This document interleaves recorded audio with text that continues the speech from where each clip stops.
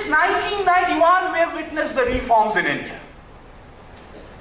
We are now witnessing a generation which has been brought after 1991, or it has been born after 1991.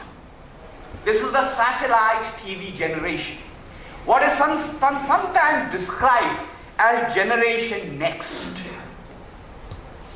One of the imponderables that I often think about is why didn't reforms in India meet with much more resistance than they have had so far? And one of the answers I come up with is that the younger generation is intrinsically in sync with the mindset and the philosophy of the reforms.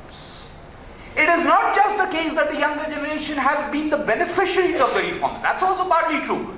But also, intrinsically in times of mindsets, the younger generation subscribes to the philosophy of the reforms. If you go around and ask an Indian what has been the most significant turning point in Indian history since 47, you will get different answers depending on who you ask. To a certain older generation, people will say the partition and the aftermath of the partition. There are others who will mention the emergency. There are still others who will mention Operation Blue Star. But I think for the younger generation, whether they explicitly acknowledge it or not, the 1991 reforms have been fairly significant.